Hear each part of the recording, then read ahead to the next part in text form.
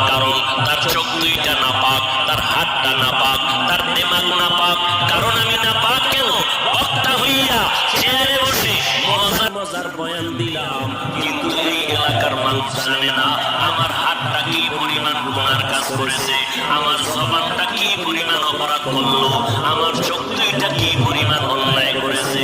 এই এলাকার মানুষ যদি জানতো, আমার চেয়ারে বসে বয়ান করার সুযোগ দিত না। আল্লাহ কয়, বান্দা আমি তোর সম্মানটারে নষ্ট করি নাই, কারণটা কি জানো? তুই বড় আলেম এই জন্য না, তোর বডির মধ্যে আছে পয়গম্বরের আদর্শ, আর তুই মুহাম্মদের উম্মত হওয়ার কারণে তোর ইজ্জত নষ্ট করি নাই।